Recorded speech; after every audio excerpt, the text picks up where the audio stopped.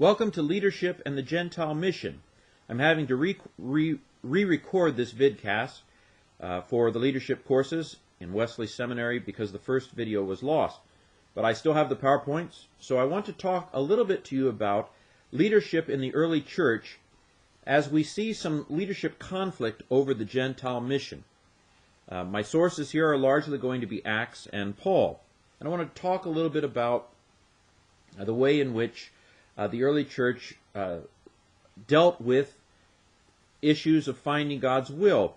Now, if you're like me growing up, you may have a sense that, Peter and Paul had a bat phone or a God phone, where they just pick up the phone, and immediately know what God wanted them to do. I actually think that they had the same struggles that we have today at trying to find God's will. Hindsight is 20/20. We know how it all ended up. We know that Paul was right, for example. It's, when we read Acts, we know Paul's right. Or when we read about Paul's conflicts with other people, we know, Paul's right. I don't think it was at all obvious to the early church that Paul was right. In fact, personally, I think Paul probably was viewed by many Christians as this kind of crazy liberal out there running around the world, and maybe even viewed with a little bit of resentment by the people who had the official power.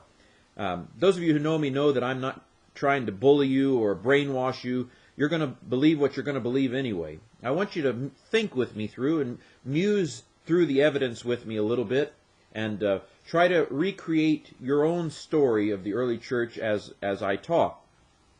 Now, one thing I want to suggest here from the onset is that I love Acts. I want to make it very clear that I love the book of Acts, but I sure wish I had a Matthew volume 2 and a Mark volume 2 and a John volume 2. And here's what I'm headed toward here. Matthew, Mark, and Luke and John, most of us have grown up with them, and we've fit them together. So the typical Easter play we have, or Christmas play we have, we've got the Christmas play. Joseph and Mary are up in Nazareth. They get their dreams. They get their visions. There's a census. They come on down to Bethlehem. Jesus is born. Herod tries to kill Jesus. They go to Egypt. They come back, and then they go back to Nazareth. That's a typical Christmas play. Or we do the same thing with Easter. What I want to challenge you with is that if all we had were Matthew, or if all we had were Luke, we would have a significantly different Christmas play than we currently have. If all we had were Matthew, for example, there's no way we would have anything about a census. In fact, we would not think for 1 second that Mary and Joseph were originally in Nazareth. In fact, there would be people who would fight angrily, tooth and nail. They would say, "How dare you suggest that Joseph and Mary came from Nazareth when Matthew clearly says they are in Bethlehem. They were there for 2 years even before Herod even killed any of the children, because that's how old of the children he killed. And how dare you liberals suggest that they were originally in Nazareth?" I mean, I can hear that if all we had were Matthew. And by the same token, if all we had were Luke, there's no way anybody would say, well, there's no evidence that Jesus went down to Egypt, or Luke doesn't say anything about Herod, or 2 years. Looks like they just go down for the census and then go back to Nazareth. Now, who knows what it would be like. But I do want to make this claim. If all we had were Matthew, or if all we had were Luke, we would have a significantly different picture of the story of Jesus' birth. And here's where I'm going with this. If we had a Matthew 2, a Mark 2, or a John 2, I have little doubt but that we would have a significantly different understanding of the early church at some points. I don't know what points they would be. I'm not questioning any specific detail in Acts. I'm simply saying that if we had second volumes to these other Gospels, there would be aspects of Acts that we had harmonized in various ways to where things that we now assume you're an awful person if you don't agree with this about the early church. If we had those second volumes, we would have just as commonsensical a different reconstruction of the early church as we do on things like the Easter play or the Christmas play. Again, I'm not questioning any particular detail of Acts. I'm just saying that if we had other sources, we would look at things differently.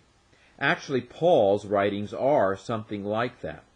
And there are various places that we'll get into a little bit today where we have a slightly different impression of things in Paul than maybe we do in Acts. Well, I would classify Acts as apologetic history, by which I don't mean that Acts is constantly apologizing for being Christians. You know, apologetics is the defense of the faith, and the apology in the ancient classical sense is the idea of defending. Plato's apology is not Plato saying, "I'm sorry I corrupted the youth." It's Plato defending himself on trial. So when I call Acts apologetic history, what I mean is that I believe that Acts was written in such a way as to defend early Christianity against its opponents. And so one of the aspects of Acts, I believe, in the way it tells history, is that it gives ideal Christianity as it is supposed to be. Now, I agree, that's how Christianity is supposed to be in the book of Acts. But I do think that the book of Acts sometimes leaves things out in order to present that true picture of the early church as unified and peace-loving, and when they had conflict, they resolved it in an orderly fashion. And to do this, Acts emphasizes certain things, and maybe at times it doesn't tell certain things. I don't believe this is lying. For one thing, it's not lying not to tell everything. If I were going for a job interview for a professor, and they didn't ask me how quickly I return papers, do I have to say, wait a minute, there's some bad stuff about me that you didn't ask? Sometimes I'm a little slow turning back grades on various things. Would I be required ethically to do that? Maybe you'd say I would. But if Acts doesn't tell everything, I don't see that as necessarily lying. For example, Acts omits the conflict between Peter and Paul at Antioch, this blow-up they have, where Paul so much as calls Peter a hypocrite in front of the whole church. Now, Acts doesn't tell that. I remember seeing a made-for-TV movie about Peter and Paul when I was in high school, back in the early 80s. And one of the scenes in that movie has this incident where Peter and Paul argue with each other. And of course, being a good Wesleyan at the time, I didn't believe that sanctified people would get into arguments. And so I was very irritated with that movie. Where is that in Acts, where Peter and Paul? They just made that up to make it dramatic in evil Hollywood. Of course, later on when I read Galatians, I realized that it was in Galatians 2, and that in fact Peter and Paul did have a pretty significant argument. Acts doesn't tell about this. Is that lying? No, I don't see it as lying.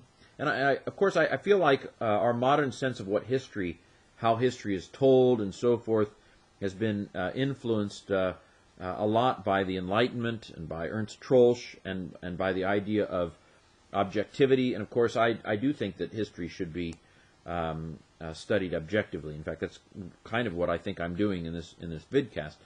But I don't necessarily expect ancient historians to write that way.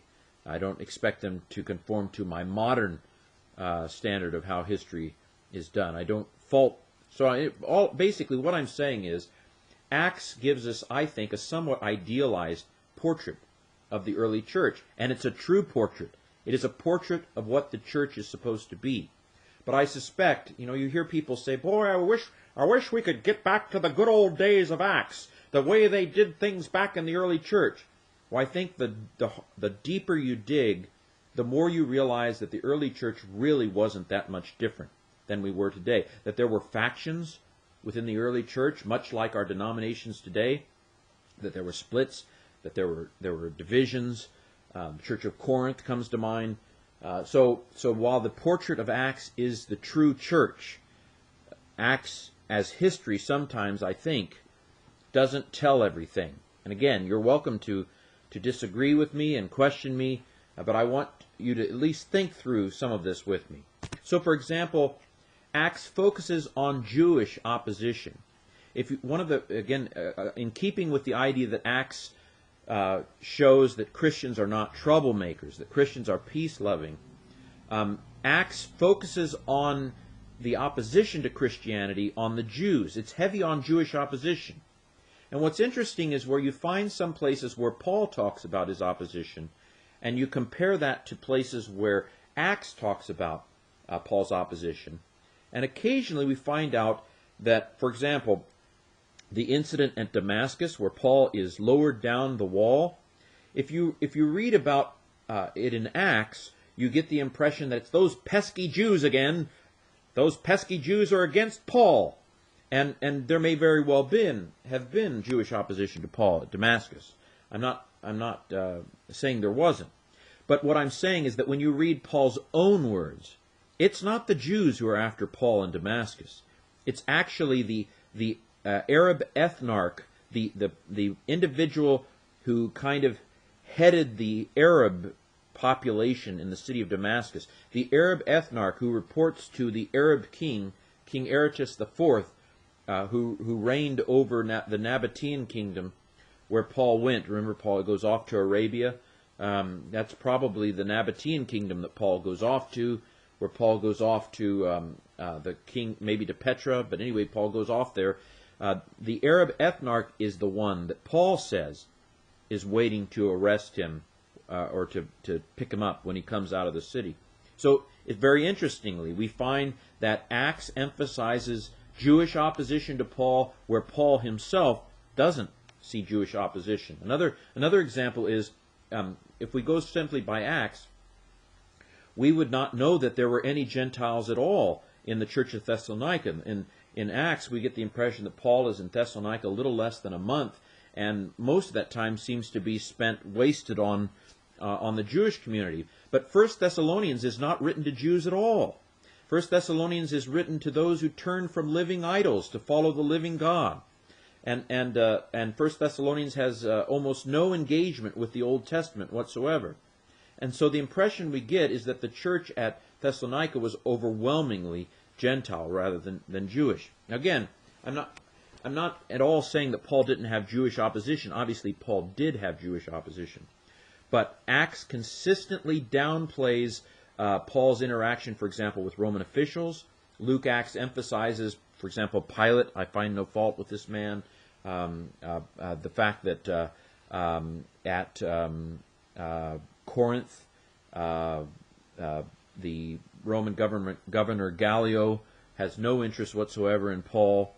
Another possible omission is it's possible that Acts omits a rather major imprisonment at Ephesus. Now this is debated, but in 2 Corinthians 1:8, Paul talks about feeling like he had the sentence of death on him while he was in Ephesus. And in fact, in 1 Corinthians 15, he talks about fighting with wild beasts, which probably doesn't mean that he was actually fighting with wild beasts. Then he'd probably be dead. But it hints at possible entanglements with the Roman authorities at Ephesus. And I personally think that Paul wrote Philippians while he was at Ephesus in prison there. Now, again, I can't prove this. And there are some evangelicals who would strongly oppose it because Acts doesn't mention it. But it's part of a cumulative case that I have come to the conclusion over the years that Acts doesn't tell everything. And again, I don't have a problem with Acts doing this. But I think that if we had another version, if we had a Mark II, we might find these sorts of things in it. And I, of course, have come up with these things on the basis of my reading of Paul's letters.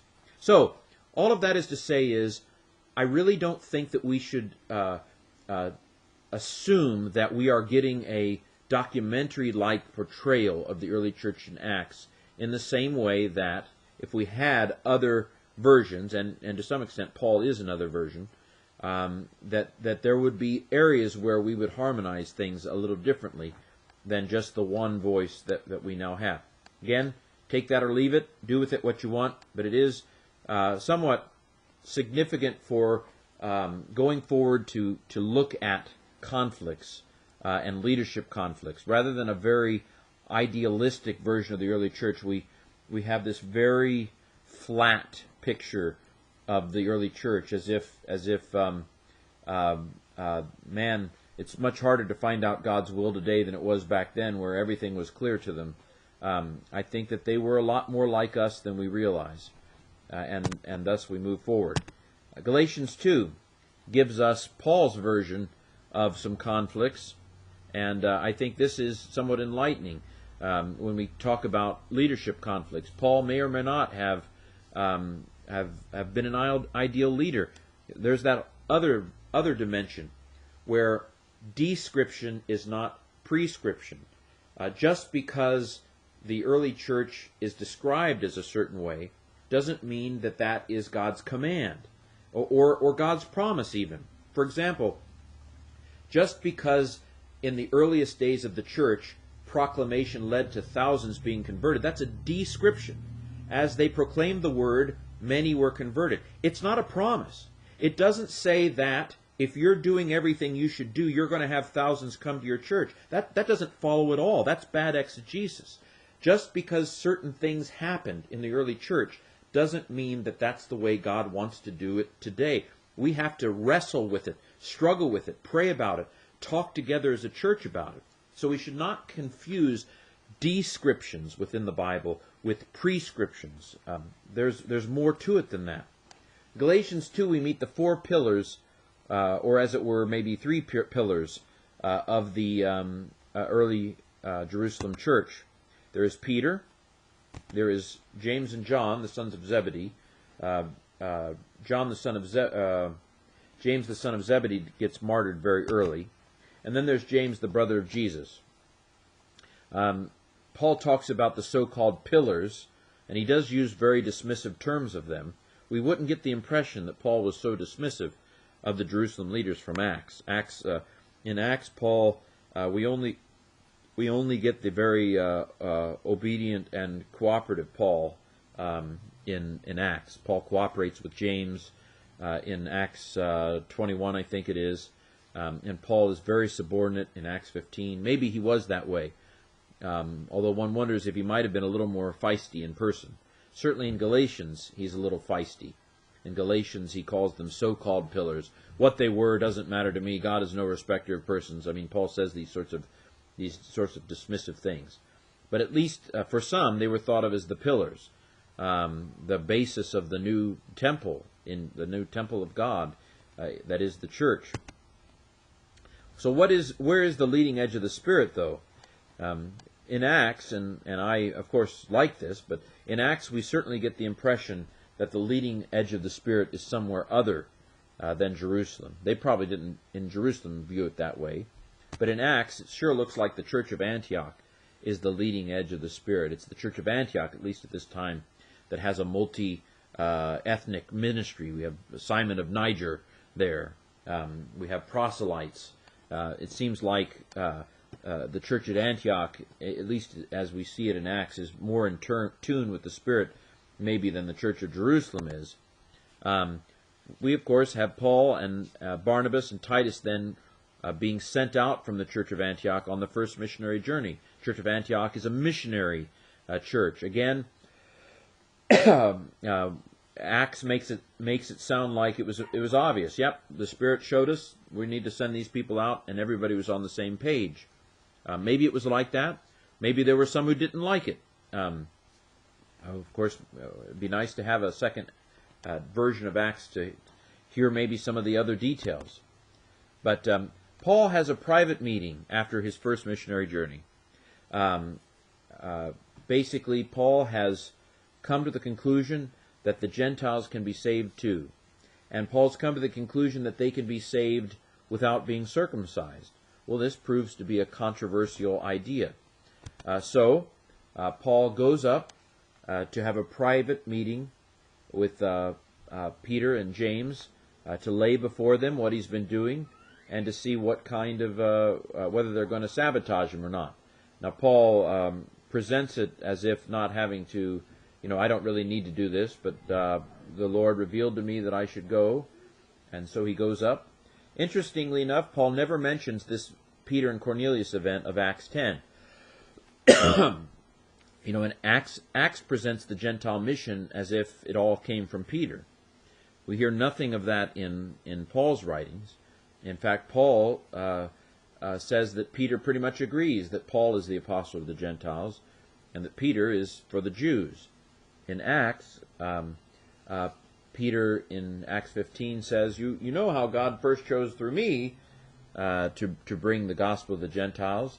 You wonder if, and again, I don't know for sure, but in one novel, if we write novels of the early church, filling in the blanks as it seems fit to us, you wonder if in Peter's novel, he's the one that brings the gospel to the Gentiles. But in Paul's novel, he's the one that brings the gospel to the Gentiles. You wonder. I can't prove it. I'm not even sure I want to argue it. But these are the sorts of thoughts that run through my head. Paul says, I went up because of a revelation to Jerusalem. Now,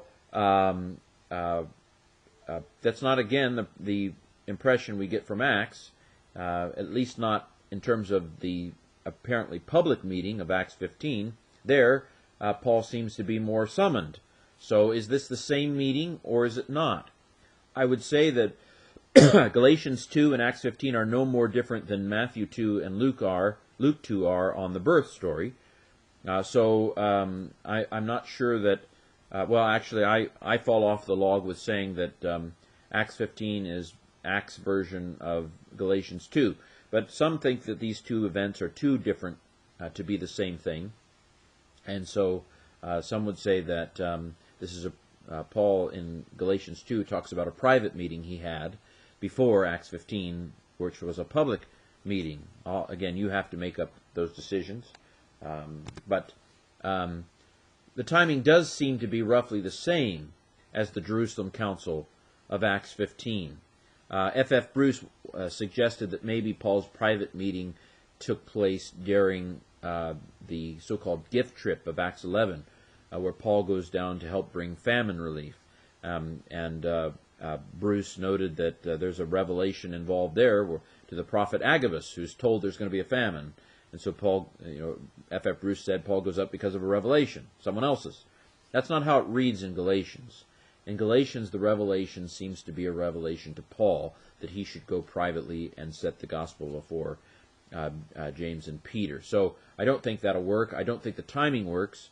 In order for F.F. Bruce to time Paul's visit to Jerusalem at the same time as the gift trip, F.F. Bruce has to take in Galatians 2:1 it says, then after 14 years I went up. Bruce has to finagle that to be 14 years, not 14 years after Paul's last visit, which I think is the most natural reading of Galatians, but 14 years since Paul was converted. I don't think that's what Galatians is saying, so I think Bruce is basically wrong. However, you could argue that Paul went up privately just a short time before going up publicly, both being about the year AD 49. In any case, the timing seems to be within a year, I think. The private meeting and the public meeting, they're either within a year of each other, probably within a few months of each other, or, as I more likely think, these are just two different ways of telling about the same event. Now, Paul seems to seek private support with them, with James and Peter, in preparation for public opposition. This will be something that I'm going to talk about as a possible leadership insight we get. Although I know some, especially in the younger generation, don't like the idea of doing things privately before going public. We'll talk about that in a second. We also note that Paul brings a person as an example. He brings Titus.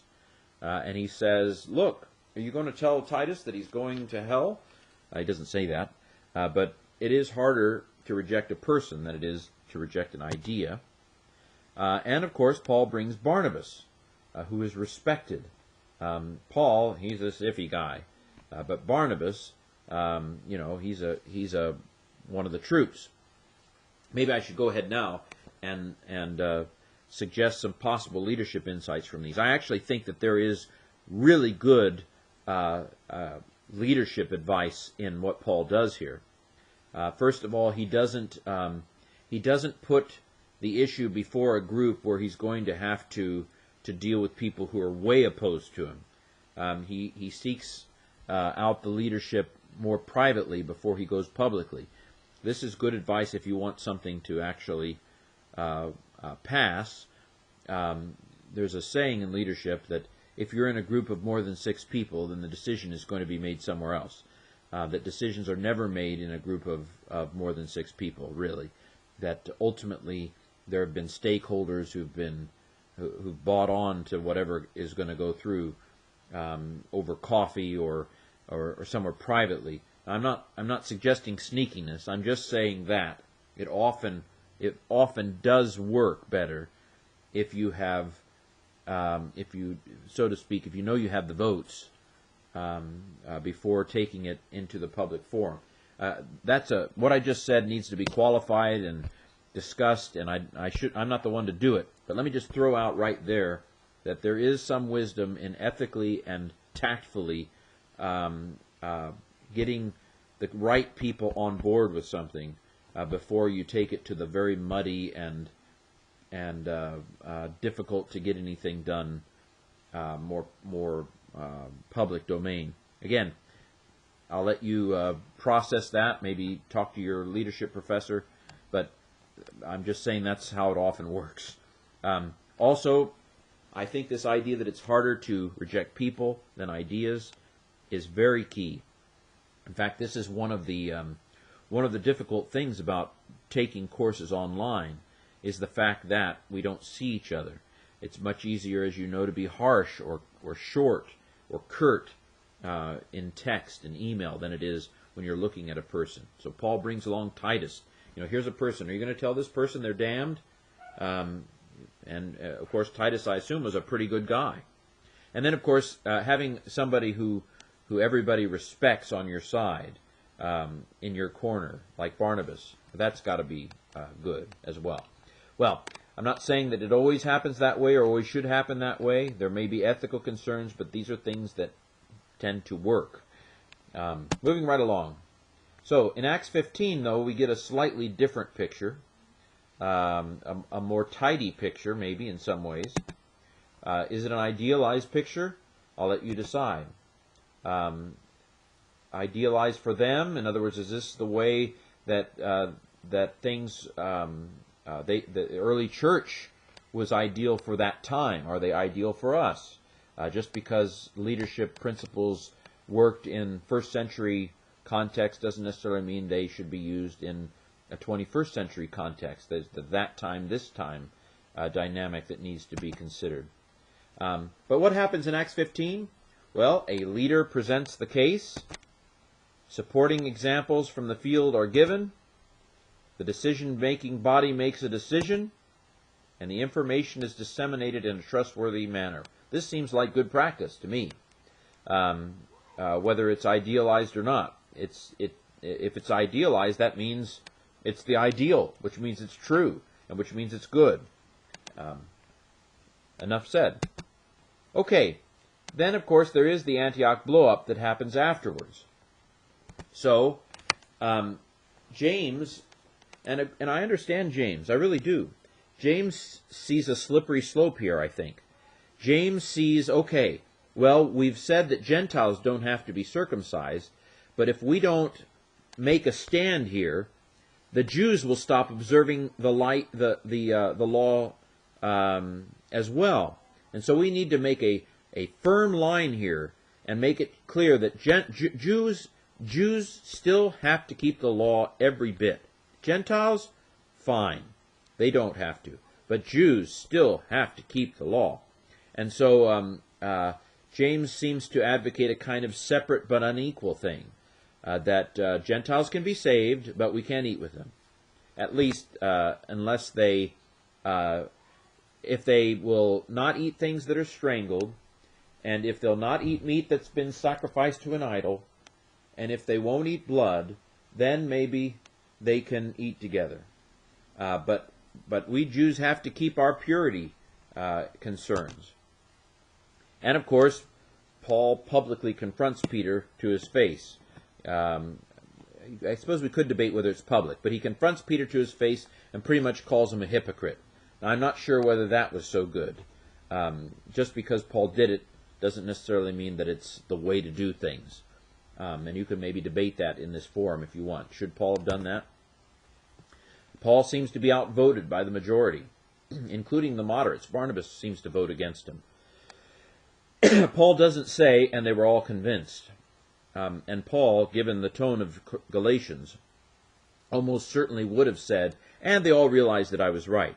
Now, I think we know he was right. We know he was right because of history. We know he was right because Galatians is in the New Testament and not the letter from Joe the Pharisee or whatever. So here's an instance of where the early church actually went in the wrong direction, maybe, and Paul was on the outs from that point on. But they agree to disagree. Paul and Barnabas go their separate ways. In Acts, here's a typical Acts, all we hear about is an argument between Paul and Barnabas over Mark, whether we should take Mark with them. And of course, I'm quite okay with that being true. But from Galatians, we get the impression that maybe there was more than just Mark at stake, and that maybe this disagreement on how to bring the Gentiles into the church was also part of the disagreement. But of course, agreeing to disagree is good Christian leadership, I think, and the gospel's better off for it. Barnabas and Mark go back to Cyprus, and Paul and a guy named Silas start off toward Asia Minor. Well, conclusions. Or are these conclusions? I'll let you decide. Beware the gap in time, culture, and situation. Leadership in the first century is not at all likely to be exactly the same as leadership in the 21st century. Getting your ducks lined up with leaders is a good idea. Confronting them publicly, usually not so good. I'll let you debate it. Next, orderly discussion and submission to leadership decisions is the ideal. Acts 15, whether it's a little bit idealized or not, that's the way to do it, I think, or the way we hope it would be done. Sometimes you have to go it alone until history proves you were the right prophet.